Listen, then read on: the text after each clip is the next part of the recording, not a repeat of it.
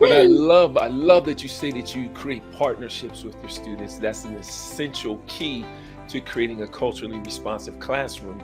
So tell me, what are some of the things you do specifically to make sure that your diverse classroom, as you've already stated, is culturally responsive so that all your students can succeed? We spend a lot of time talking about differences and how all differences are fine and acceptable and part of life. We don't focus on any one difference, be it culturally or financially or academically. We spend more time talking about how we can help our friends feel comfortable and feel happy. So I focus on the positive side of every aspect.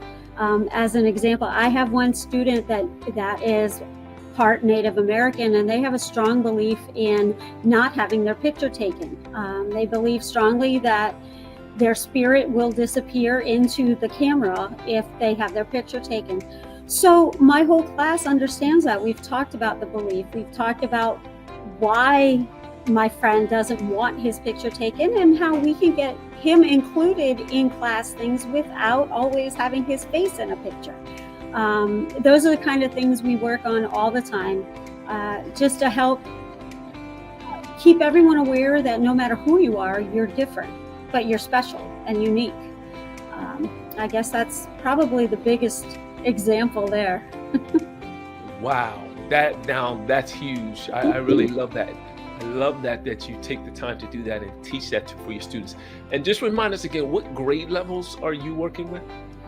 Well, this year I'm in what's called a varying exceptionalities classroom, which is a type of an ESE or exceptional student education classroom. I handle students with autism spectrum disorder all the way through to dyslexia, ADHD, and a lot of undiagnosed things that are in the process of being done.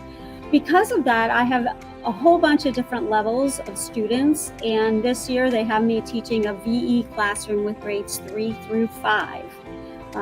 Some are at grade level in their ability, others are not, and it's about their processing capability, not necessarily their age.